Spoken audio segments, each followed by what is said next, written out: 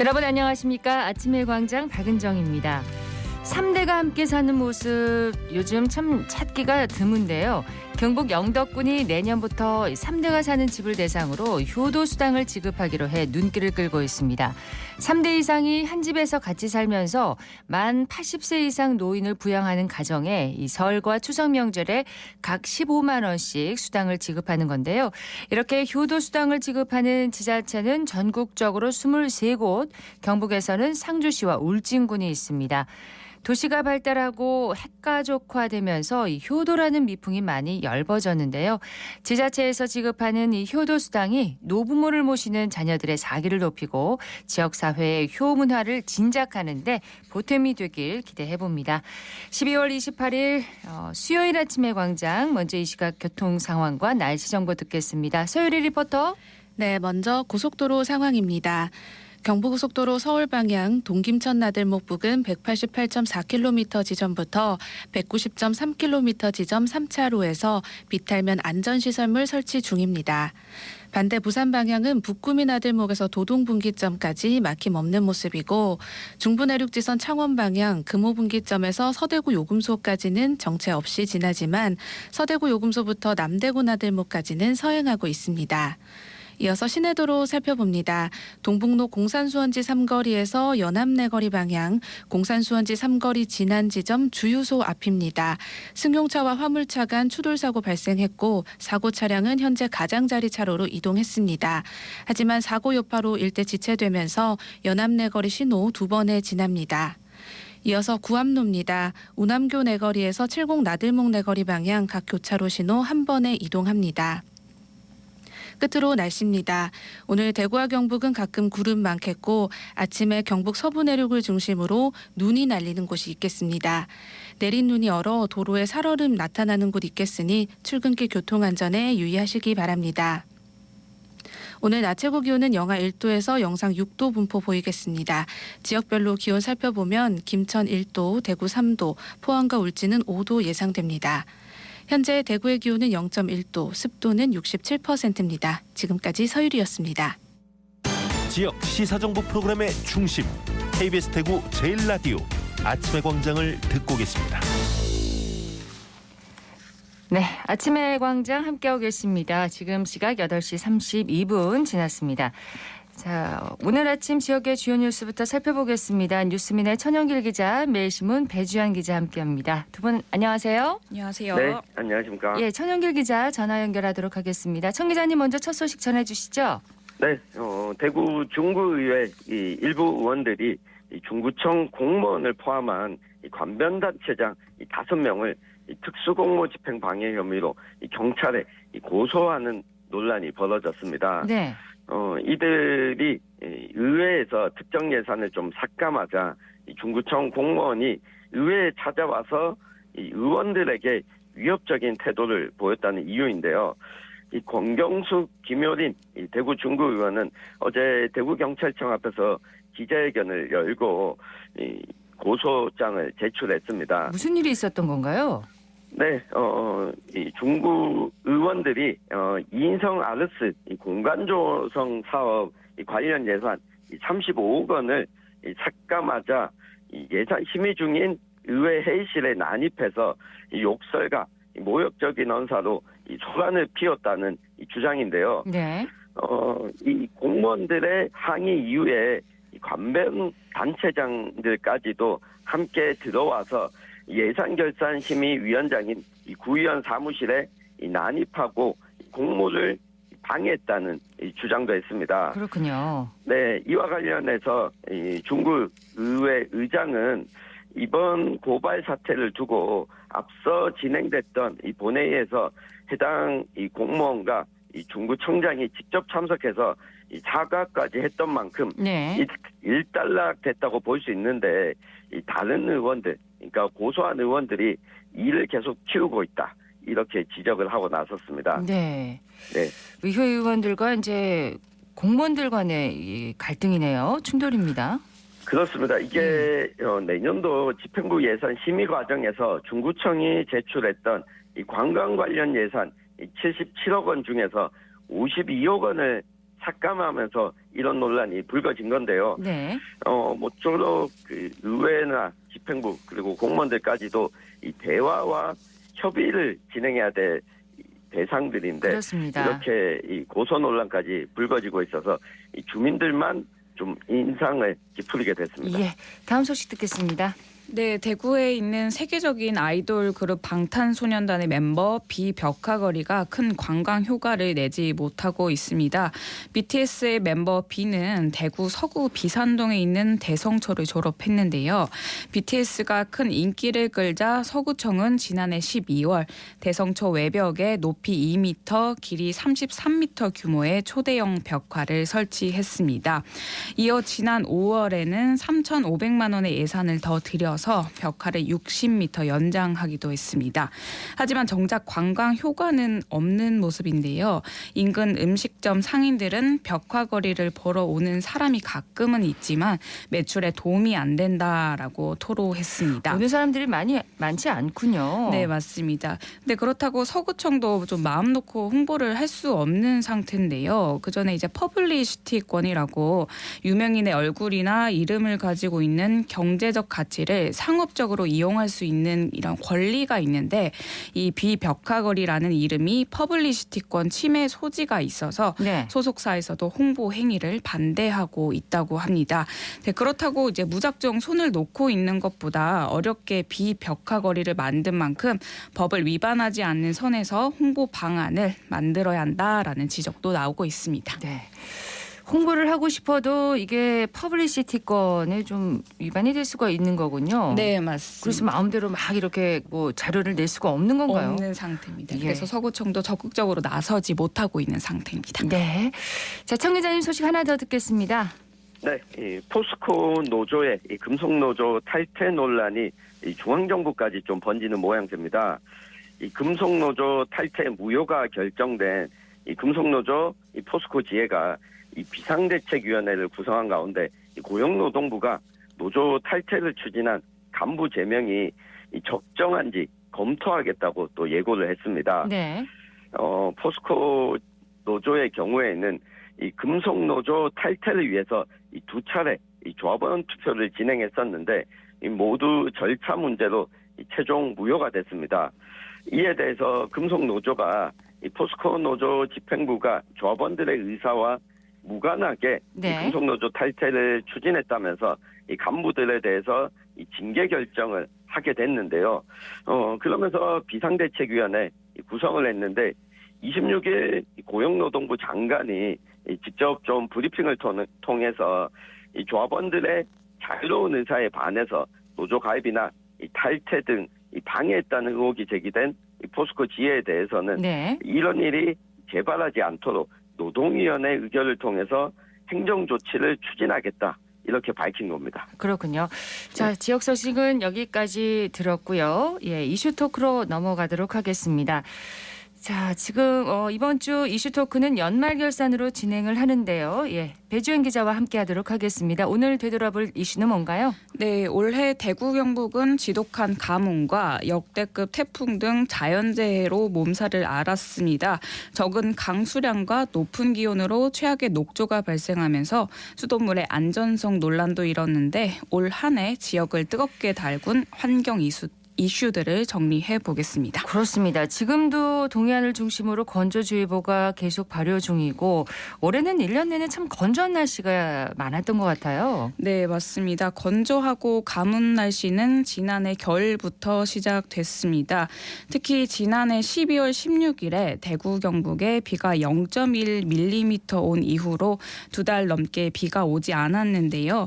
봄 농사를 앞둔 농민들의 시름도 깊어졌습니다. 네. 가뭄은 여름까지 이어졌습니다. 지난 6월 결국 지역 곳곳에 댐과 저수지도 바닥을 드러내고 말았습니다.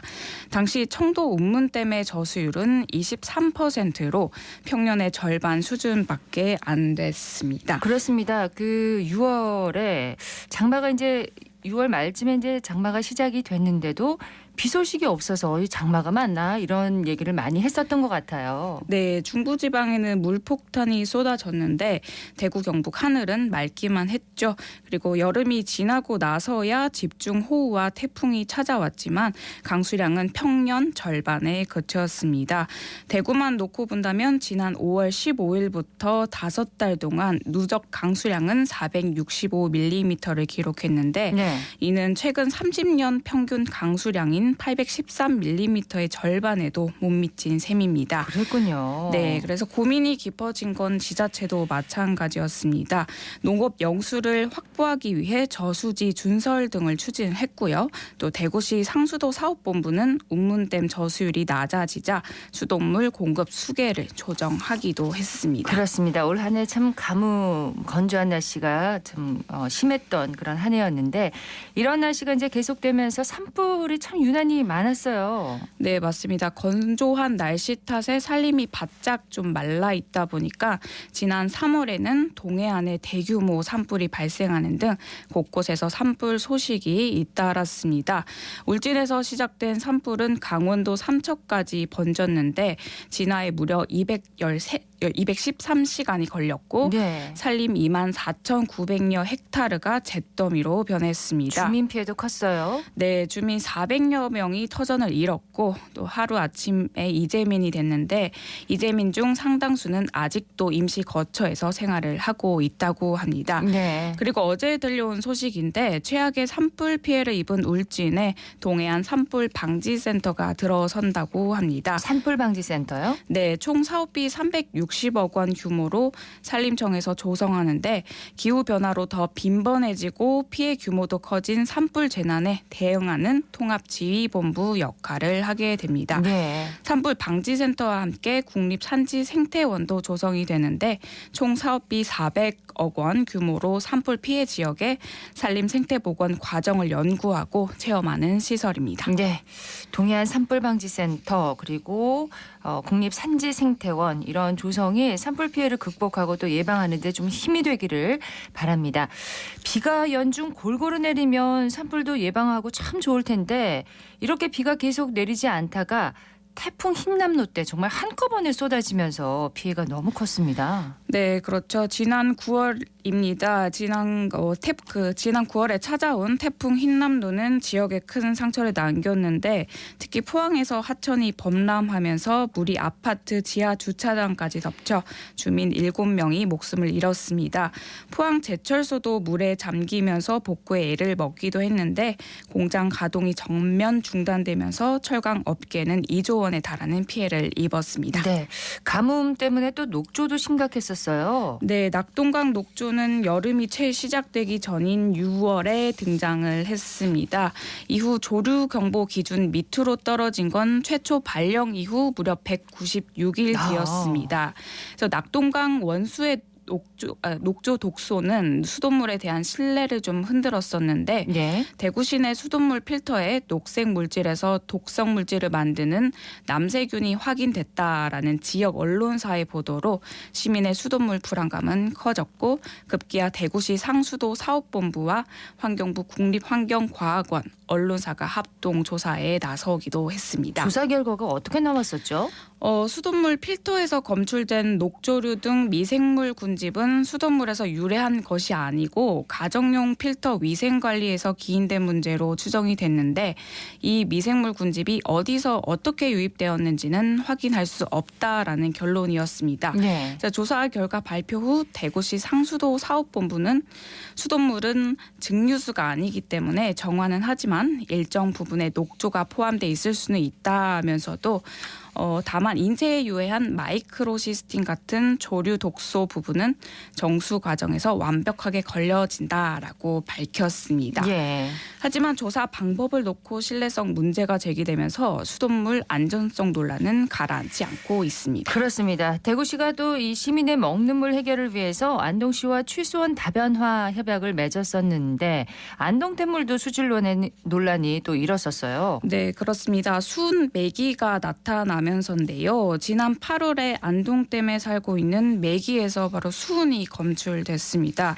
하지만 대구시 상수도 사업본부 수질연구소는 문제가 없다고 봤는데 안동댐 상류 지역 3곳의 수질을 분석을 해봤더니 네. 모두 대구 매곡 취수장의 물보다 수질이 양호하다라는 결과가 나왔습니다. 그래서 매기에서 그렇다면 나온 수은은 네. 민물고기 같은 경우에 진흙 바닥을 헤엄치면서 바닥 흙을 통째로 삼켰다 뱉었다 하는 특성이 있는데 이로 인해 수은이 검출된 것으로 보입니다. 그래서 이렇게 수질 문제가 일단락되면서 대구와 안동의 물 공급 협력은 내년에 더욱 속도를 낼 것으로 보입니다. 네. 자, 연말 결산으로 지역의 환경 이슈들을 정리해보고 있습니다.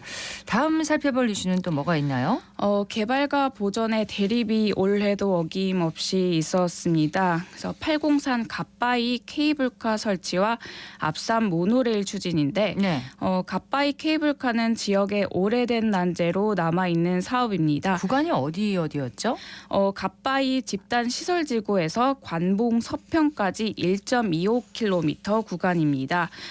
대구시는 이 1980년대부터 접근 편의성과 관광 활성화를 위해 갓바위 케이블카 건설을 추진해왔지만 네. 환경 파괴 등이 우려된다는 종교계와 일부 주민, 환경단체의 반발로 추진되지 못했습니다. 네. 근데 이제 홍준표 대구시장이 취임한 뒤에 갓바위 등에 이제 케이블카를 설치하는 사업을 다시 추진하겠다 이렇게 의사를 밝히면서 대구시가 적극적으로 이 사업 재추진에 나선 거죠. 네, 맞습니다.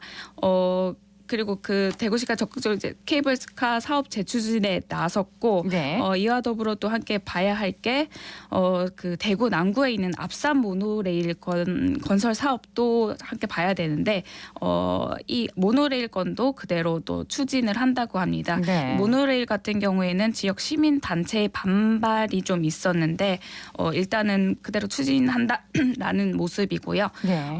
모노레일 같은 경우는 이 구간이 앞산 고산골에서 강당골까지 1.3km 구간에 이제 건설을 한다는 건데 이 계획대로라면 2025년 말 모노레일 설치가 완료됩니다. 네. 하지만 시민단체는 생태계 파괴 등을 우려하면서 사업 백지화를 계속 요구하고 있는데 남구는 이미 소규모 환경 영향 평가가 완료됐기 때문에 사업을 계속 추진하는데 법적인 문제가 없다고 밝히는 등 양측의 시각이 판이하게 다른 모습입니다. 네, 사업을 이제 추진하겠다고 이제 밝혀서 이제 뭐 지금 진척이 있는 거네요. 네, 맞습니다. 자, 뭐 새해에도 이런 개발과 보존의 대립은 계속될 것 같은데 804는 또 국립공원 지정을 추진하고 있잖아요. 이 부분은 또 어떻게 돼가고 있습니까? 일단 국립공원 지정은 잠시 브레이크가 걸린 상태입니다. 대구시와 경북도가 함께 진행하던 사업이었는데 대구시가 이번 달에 진행하려던 주민 공청회를 연기했기 때문입니다. 그 배경으로는 홍준표 시장의 공약인 803 케이블카 추가 설치를 좀 살펴봐야 하는데요. 네. 이게 국립공원으로 지정이 되면은 케이블카 추가 설치가 좀 어렵게 됩니다. 그래서 케이블카를 먼저 설치한 뒤에 나중에 국립공원 지정을 추진하겠다라는 의도로 보입니다. 네.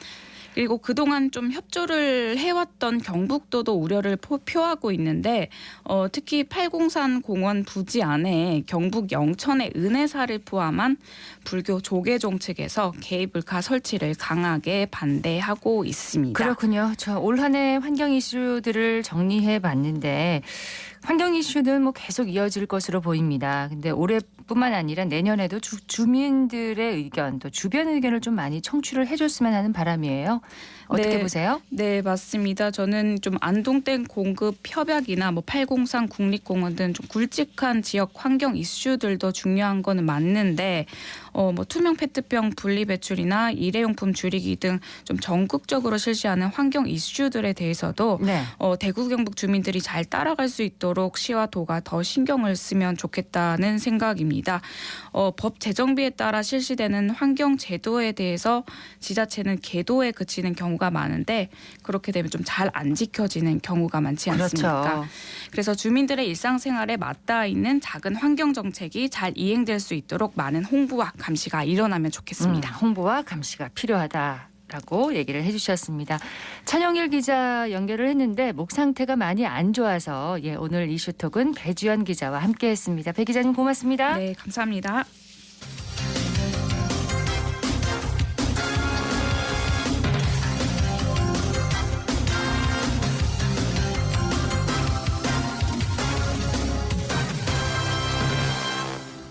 아침의 광장 함께하고 계십니다. 지금 시각 8시 50분 지나고 있습니다. 지방의원들의 의정활동을 모니터하고 바람직한 의정상을 그려보는 대구의정참여센터의 활동 살펴보는 시간입니다.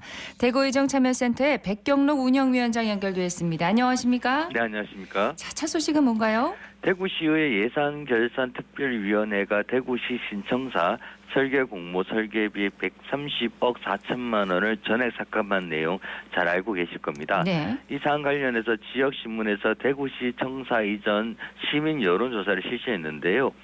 대구시 재정 상황이 나아질 때까지 상격동 청사를 활용해야 한다는 시민이 49.2% 결과가 나왔습니다.